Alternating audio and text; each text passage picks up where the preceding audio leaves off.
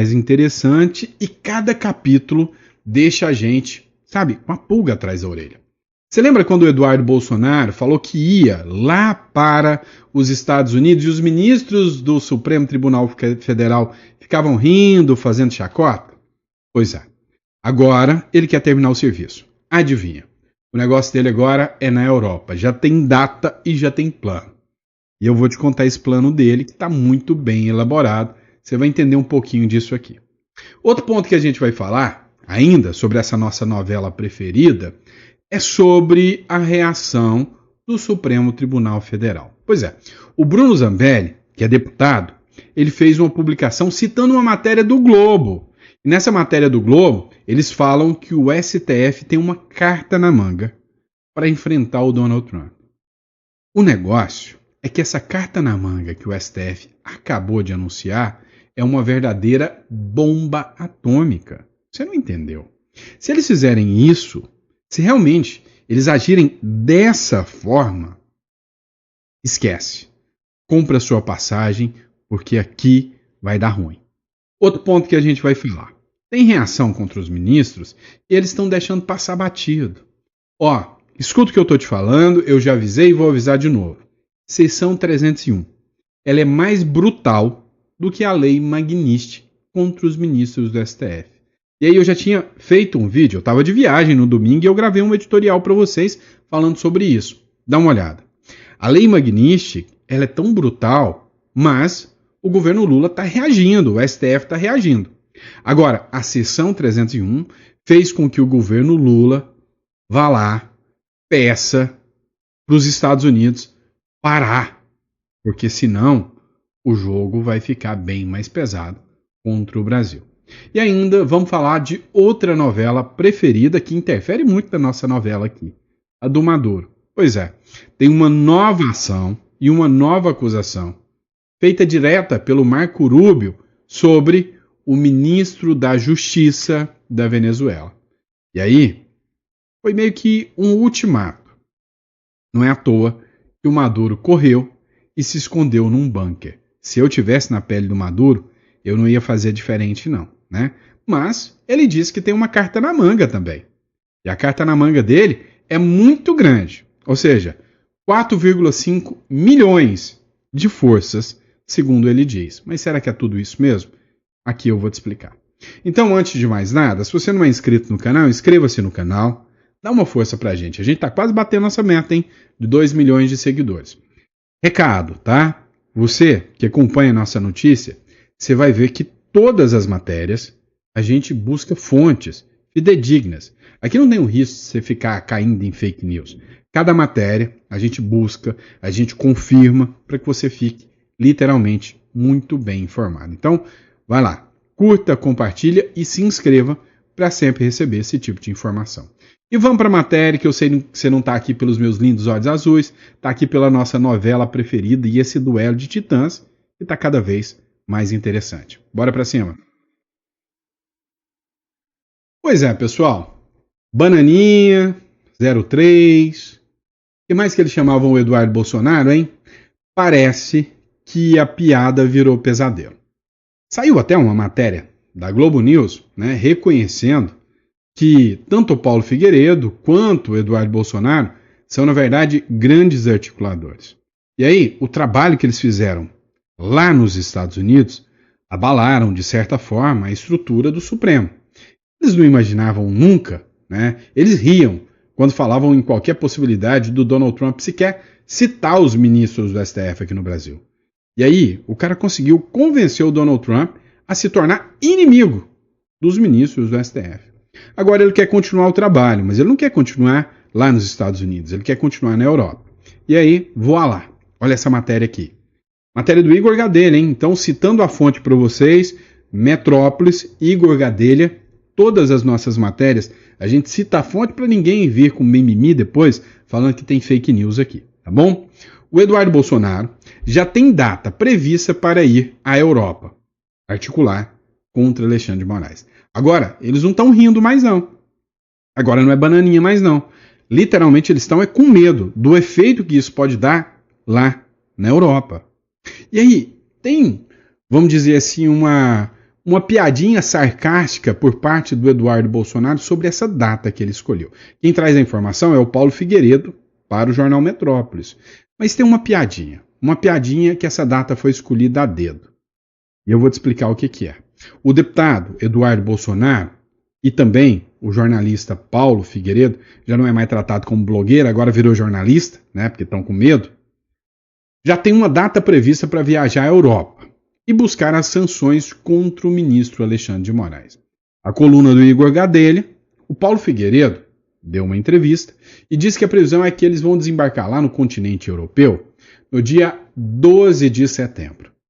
E aí, talvez você não entende, né? O que tem marcado para o dia 12 de setembro? Aonde que está essa piadinha, né, do Paulo Figueiredo e do Eduardo Bolsonaro sobre 12 de setembro? 12 de setembro é a data final do julgamento do Bolsonaro. Ou seja, o Eduardo Bolsonaro vai pisar na Europa no dia em que o seu pai estará sendo condenado. Julgado não. Julgado é quando você tem defesa, presunção de inocência. Não, ele vai estar sendo condenado num tribunal que foi preparado, estruturado para isso, né?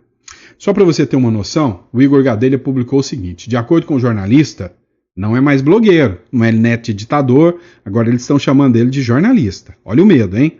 O roteiro inicial deve incluir agendas na Espanha. Espanha é aquele mesmo país que o Oswaldo Eustáquio, o jornalista, fugiu. Fugiu aqui e pediu asilo político lá. E que o ministro Alexandre de Moraes mandou um pedido de extradição para ele. Sabe qual foi a resposta? Não. O Alexandre de Moraes persegue ele politicamente. Então, já começou bem, pela Espanha, né? Então começa pela Espanha, depois Bélgica, que a gente sabe, também não é muito fã do Lula e do Moraes, e por fim, a Itália, da Meloni, né? Você acha que a Itália não vai recepcionar muito bem? Você acha que o Eduardo Bolsonaro não tem uma relação muito boa com a Meloni, assim como tem com o Trump? Pois é, imagina, 3 países como Espanha, Bélgica e Itália na cola do ministro Alexandre de Moraes, igual o Donald Trump. Pois é, já não virou piadinha mais. E aí, qual o seu comentário sobre isso? Será que eles vão rir dessa piada ou será que a piada já perdeu a graça? Coloca no comentário que eu quero saber. Vamos lá. No próximo agora, eu vou falar sobre essa matéria aqui com vocês. Matéria do Globo. Apesar de Flávio Dino, os bancos brasileiros terão que se render à Lei Magnitsky. Resumindo isso aqui para você. Com ou sem decisão do Flávio Dino, a caneta do Flávio Dino acabou de entender que a carteira do Donald Trump é muito mais poderosa, muito mais forte do que a caneta do Flávio Dino. E aí, o temor que os bancos têm sobre a Magnitsky é muito maior. Dá uma olhada nessa matéria do Danúzio aqui que diz o seguinte: o temor sobre os efeitos da Magnitsky gera incerteza e ações de banco simplesmente despencaram. Ou seja, caíram a quase zero, né? Despencaram. Dá uma olhada. Ó, Bradesco caiu quase 3%. O Itaú, e eu tenho ação da Itaú, eu me lasquei nessa aqui. Santander, tá? Banco do Brasil, coitado de nós que investimos no Banco do Brasil, né? A BC4, que é a ABC Brasil, também despencou, né? Despencou menos, mas uma das mais afetadas aqui foi o próprio Bradesco. Agora, o que acontece? O sistema bancário brasileiro está enfrentando, né, incertezas depois da decisão do Flávio Dino. O diretor do Nubank, um dos diretores principais do Nubank, segundo o Danúzio anunciou aqui, tirou quase 2 bilhões do Nubank, vendeu as ações aqui do Brasil, porque ele sabe o tamanho do buraco que pode acontecer aqui no Brasil. Agora, mesmo com um risco financeiro gigantesco, os ministros do STF não vão recuar nem 1 milímetro. O Alexandre de Moraes, ele deu uma entrevista lá no The New York Times. Você lembra disso? E disse, não vou recuar nem 1 milímetro. Aposta por quê? O Globo diz que eles têm uma carta na manga. Olha essa matéria do Globo aqui, que foi publicada pelo Bruno Zambelli.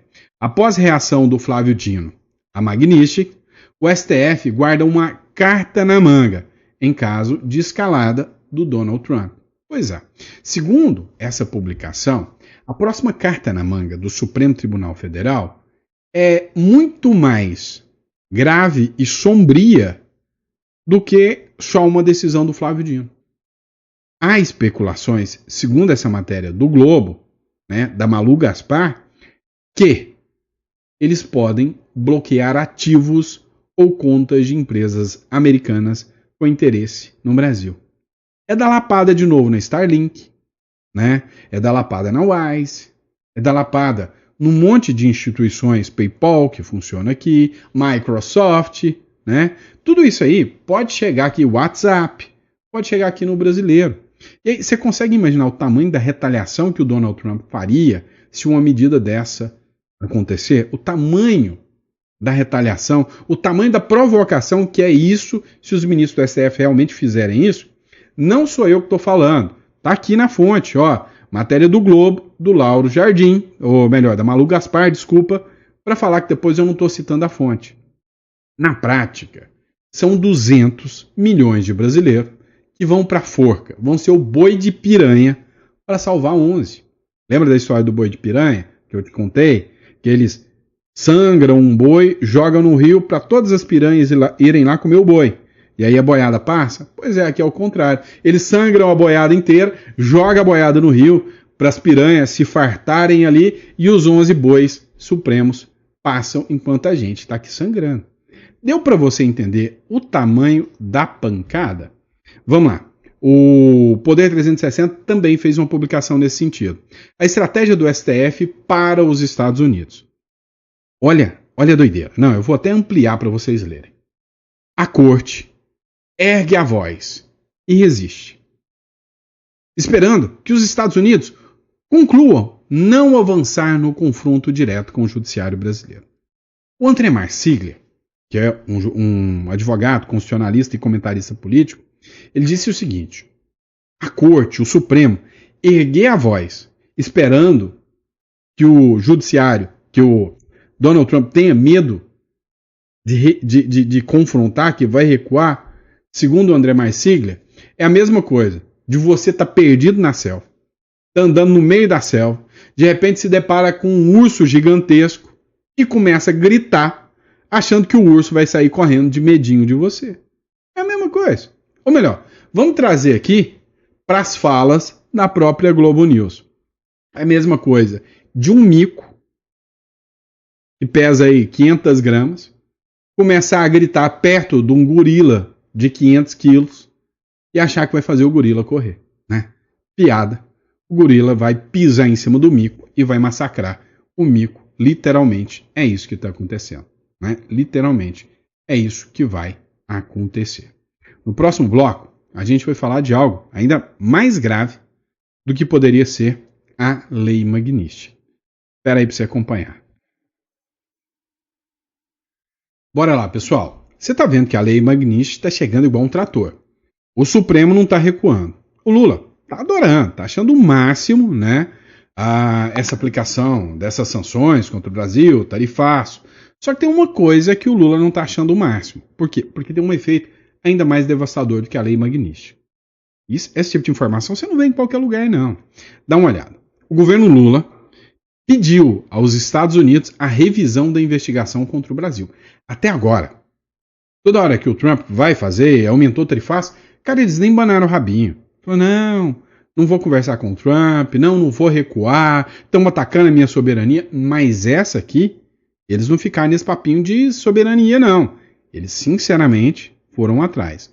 O Itamaraty solicitou que o governo Donald Trump reveja a investigação comercial contra o Brasil, que foi aberta no mesmo contexto do tarifaço de 50%. Você precisa entender que eles não pediram a revisão do tarifaço, mas dessa investigação eles pediram. Pois é, aqui eu estou falando na seção 301, que muita gente está nem falando muito, mas você precisa entender. Uma pessoa que chamou a atenção, e eu sempre cito os créditos aqui, é uma moça que se chama Bárbara, do canal Te Atualizei. Ela fez uma publicação que realmente me fez refletir sobre as sanções da 301. Dá uma olhada nisso aqui. Né? Tá mais poderosa do que a bruxa do 71. É a sanção do 301. Dá uma olhada. Nada é tão ruim que não possa piorar. Até agora, essa frase foi muito bem utilizada contra a direita, né? Para a direita, nada estava tão ruim que não pudesse piorar. A gente só levava pau, né? Só pancada. Mas olha só, nessa publicação da Bárbara, ela escreveu: mas pela primeira vez em anos, eu não estou falando da situação da direita, não. Nada está tão ruim que não possa piorar para a próxima, para a própria esquerda. A gente falou com vocês, né? Que aqui, um vizinho nosso aqui, a galera lá da Bolívia, deu um chutinho no traseiro de 20 anos da turma socialista Left People da esquerda que tomava conta de tudo. E aí veio o povo e vral, colocou no segundo turno 2 caras da direita, que é para deixar bem claro que é para a esquerda não voltar nunca mais. Já assustou. Agora, o Trump está querendo pegar o Maduro pelo colarinho e mandar ele para o mesmo lugar que foi o Saddam Hussein. Pois é. Agora, tem outra coisa pior que está pegando aqui dentro do Brasil. A sanção da seção 301. Dá uma olhada no que a Bárbara escreveu. Enquanto todo mundo fala da lei Magnitsky e dos mais médicos, que já está relacionado a 301, uma das bombas silenciosas está vindo dos Estados Unidos. A investigação da seção 301 contra os poderosos do Brasil. O que está em jogo para você entender? As sanções comerciais, bloqueio de contas, punições para quem sabotou investigações de corrupção, como a da Lava Jato. Opa, peraí, então vamos entender? A lei Magnitsky, ela trata de violações dos direitos humanos, e aí as sanções são sanções políticas, né? São sanções que vêm com bloqueio de contas e tudo, mas são sanções políticas que expõem uma discussão aí sobre violação de direitos humanos. Aqui nós estamos falando de corrupção e crime pesado, que pode levar a gente para a cadeia. Adivinha? O STF está bem no centro disso. As decisões que anularam provas, soltam condenados e protegeram corruptos agora podem ter um preço alto a ser pago. E esse preço não vai ser pago em real não, meu irmão. Vai ser pago em dólar. Magnitsky. Matérias antigas, investigações censuradas e até compra milionária de imóveis no exterior já estão no radar. E se confirmarem, a Magnitsky vai morder forte. Mas não é só isso. Dá uma olhada no Mais Médicos. Não é sobre direitos humanos, é sobre liberdade. A acusação que se tem é literalmente de trabalho escravo para fomentar ditaduras. Você tem noção que se isso se confirmar, fala que o Brasil violava acordos comerciais para manter alianças com ditaduras utilizando de trabalho escravo? Caramba, o negócio vai pegar. Isso da cadeia. Os Mais Médicos foi a mão de obra escrava para sustentar ditaduras em pleno anos 2000. Nós literalmente financiamos a ditadura cubana através da exploração da mão de obra exportada por Cuba.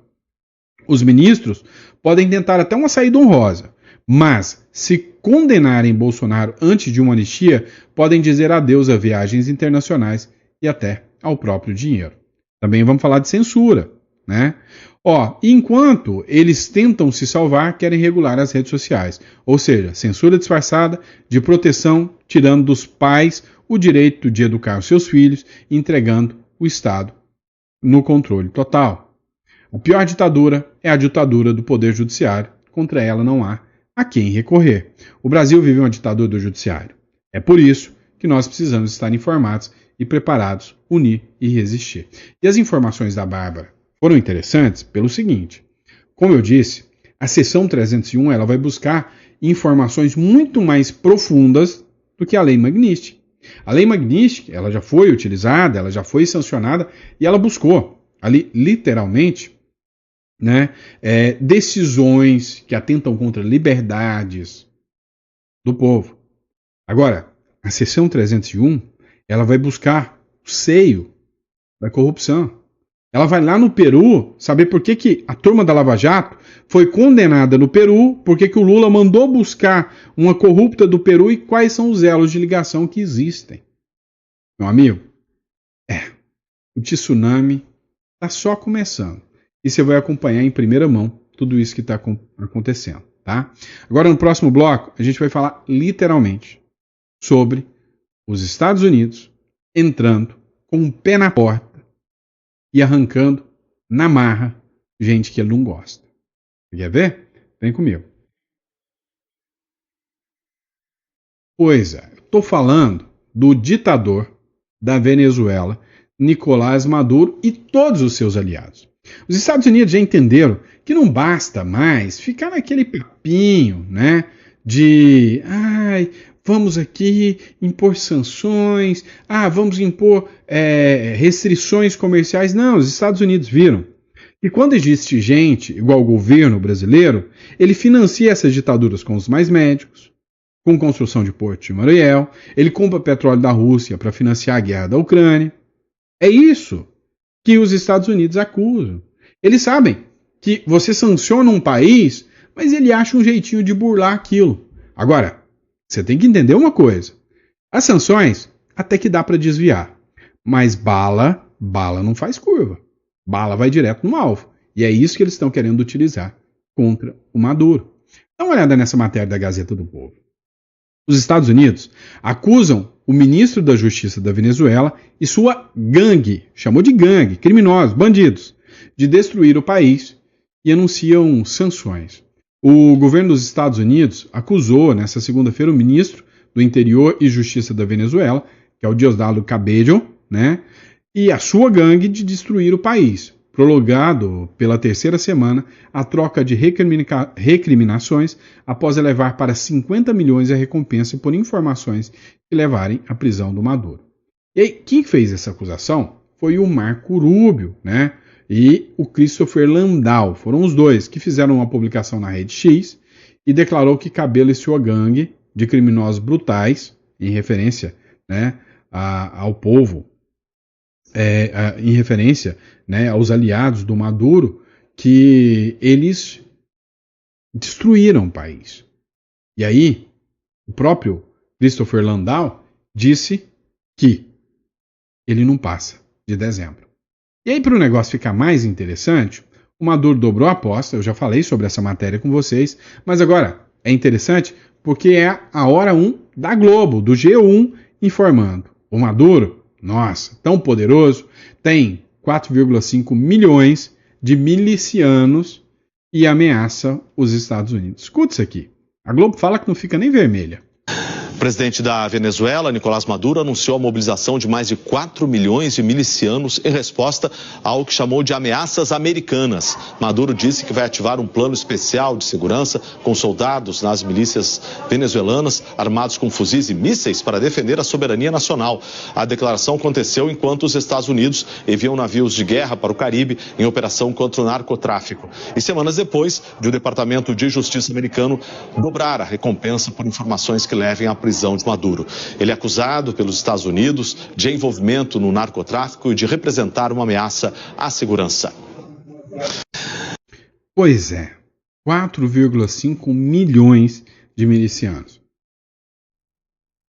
Se ele tivesse 4,5 milhões de milicianos, era só mandar todo mundo votar nele, né? Até a turma da UOL está fazendo chacota, né?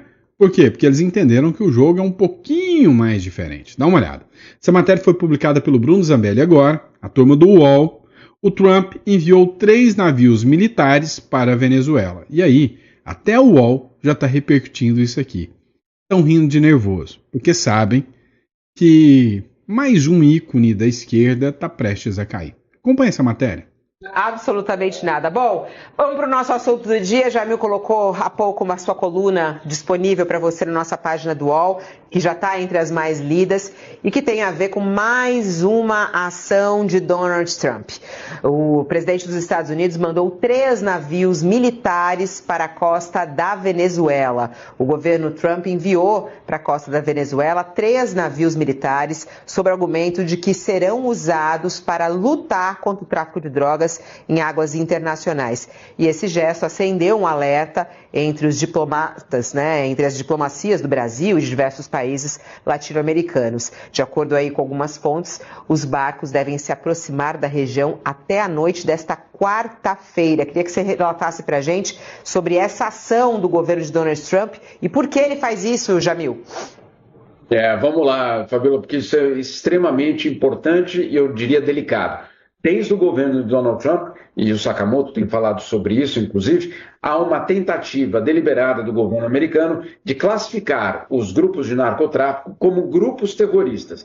Inclusive no Brasil, uma tentativa de pressionar o governo para qualificar, por exemplo, o PCC como um grupo terrorista. Lembrando que Cláudio Castro, governador do Rio, e Tarcísio, em São Paulo, e além, claro, do clã Bolsonaro, todos eles apoiam essa ideia de transformar, basicamente, o PCC num grupo terrorista.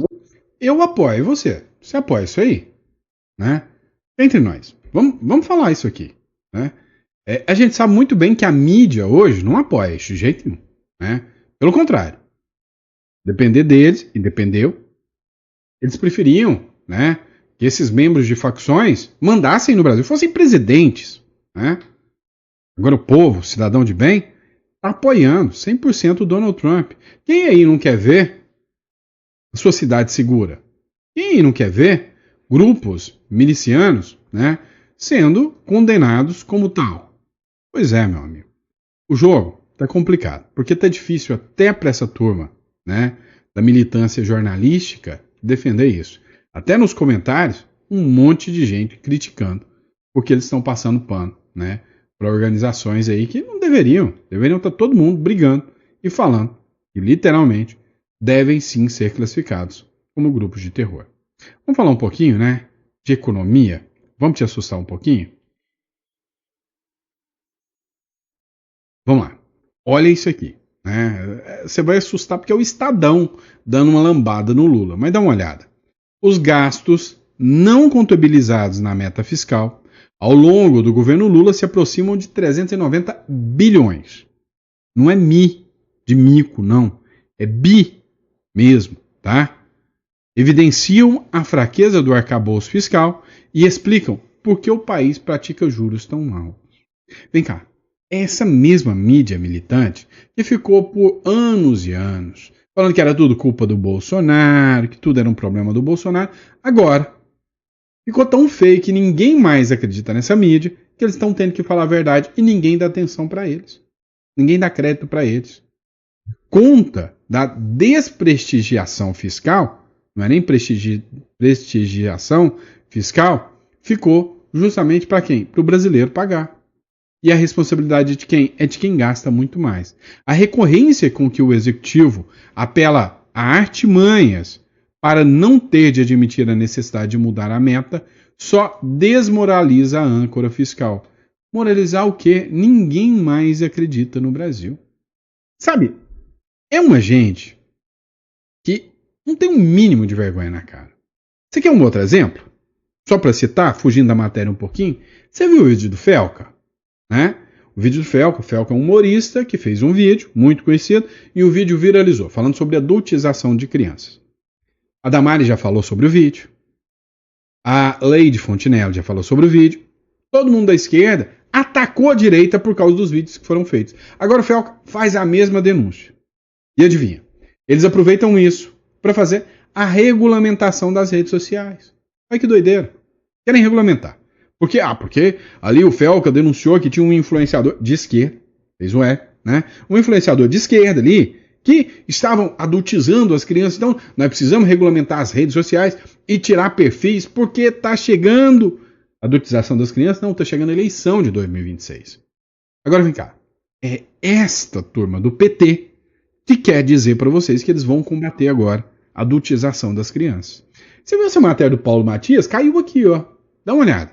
O ex-tesoureiro do PT, no Mato Grosso, foi preso. Por quê? De menores. Você sabe o que eu estou falando, né? Não vou falar isso aqui, não. Pode ter criança aí, mas de menores. Abusou, né?